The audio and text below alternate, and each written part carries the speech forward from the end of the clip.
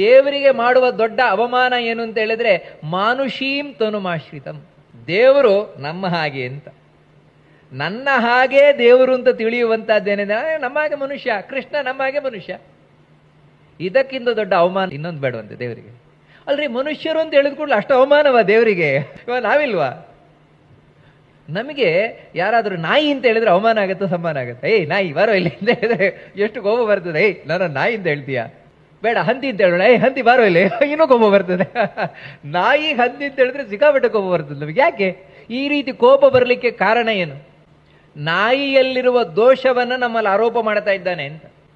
ಅದೇ ಸಿಂಹ ಬಾರೋ ಇಲ್ಲಿ ಅಂತ ಹೇಳಿದ್ರು, ಸಿಂಹ ನಾನು ನೋಡಿ ಖುಷಿ, ಸಿಂಹ ಅಂತ ಹೇಳಿದ್ರೆ ಖುಷಿ ಆಗತ್ತೆ.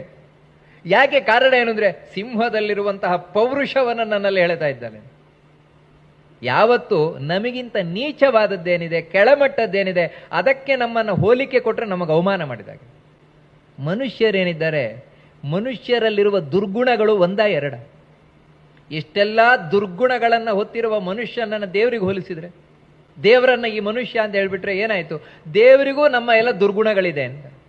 ಎಲ್ಲಕ್ಕಿಂತ ಇನ್ನೊಂದೇನಾದ್ರೂ ದೋಷಗಳು ಇದೆ, ದುರ್ಗುಣಗಳಿದೆ, ದೋಷ ಇದೆ. ಏನ್ ದೋಷ ಅಂದ್ರೆ ಹುಟ್ಟುವುದು.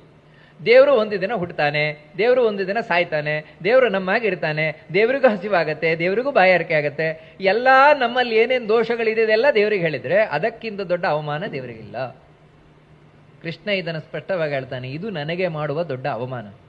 ಈ ಅವಮಾನಕ್ಕೆ ಕಾರಣ ಏನು? ನನಗೆ ಅವಮಾನ ಮಾಡ್ಲಿಕ್ಕೆ ಕಾರಣ ಏನು ಅಂದ್ರೆ ಮೋಘಾಶ ಮೋಘ ಕರ್ಮಾಣ ಮೋಘಜ್ಞಾನ ವಿಚೇತಸಃ ರಾಕ್ಷಸೀಂ ಆಸುರೀಂ ಚೈವ ಪ್ರಕೃತಿಂ ಮೋಹಿನೀಂ ಶ್ರಿತಾಃ. ಇದಕ್ಕೆ ಕಾರಣ ಏನು ಅಂತ ಹೇಳಿದ್ರೆ ಒಂದನೆಯದ್ದಾಗಿ ಅವರ ಸ್ವಭಾವವೇ ಅಂತದ್ದು ಕೆಟ್ಟ ಸ್ವಭಾವ. ಕೆಟ್ಟ ಸ್ವಭಾವವನ್ನು ಎರಡು ರೀತಿ. ಒಂದೇನು ಅಂದ್ರೆ ಆಸುರಿ ಸ್ವಭಾವ, ಇನ್ನೊಂದು ರಾಕ್ಷಸಿ ಸ್ವಭಾವ. ಆಸುರಿ ಸ್ವಭಾವ ಅಂತ ಹೇಳಿದ್ರೆ ಬರೀ ಕಾಮನೆಯಿಂದ ಕೂಡಿರುವುದು, ಲಾಲಸೆ. ಕಣ್ಣು ಏನೋ ಕೇಳುತ್ತದೆ ಅದಕ್ಕೆ ಕೊಡಬೇಕು, ಕಿವಿ ಏನೋ ಕೇಳುತ್ತದೆ ಅದಕ್ಕೆ ಕೊಡಬೇಕು. ಈ ರೀತಿ ಒಟ್ಟಿಗೆ ನಮ್ಮ ಇಂದ್ರಿಯಗಳು ಏನೋ ಬಯಸ್ತಾ ಇರ್ತದೆ, ಅದನ್ನು ತೃಪ್ತಿಪಡಿಸುವುದೇ ಜೀವನ. ಇದಕ್ಕಿಂತಲೂ ಭಯಂಕರವಾದ ಸ್ವಭಾವದವರಾರು ಅಂದ್ರೆ ರಾಕ್ಷಸಿ ಸ್ವಭಾವ. ಈ ಅಸುರರಾದ್ರೆ ಯಾವ ರೀತಿ ಅಂತ ಹೇಳಿದ್ರೆ ಸ್ವಾರ್ಥಿಗಳು, ಸೆಲ್ಫಿಶ್.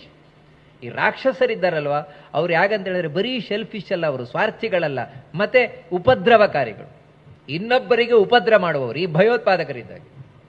ಇಂತಹ ಯಾರು ದುಷ್ಟ ಸ್ವಭಾವದವರು ಇದೆ, ಇನ್ನೊಬ್ಬರಿಗೆ ಉಪದ್ರವವನ್ನು ಕೊಡ್ತಾನೇ ಬದುಕುವಂಥವ್ರು, ಅವರಿಗೆ ನನ್ನನ್ನು ಕಂಡ್ರೆ ಆಗೋಲ್ಲ.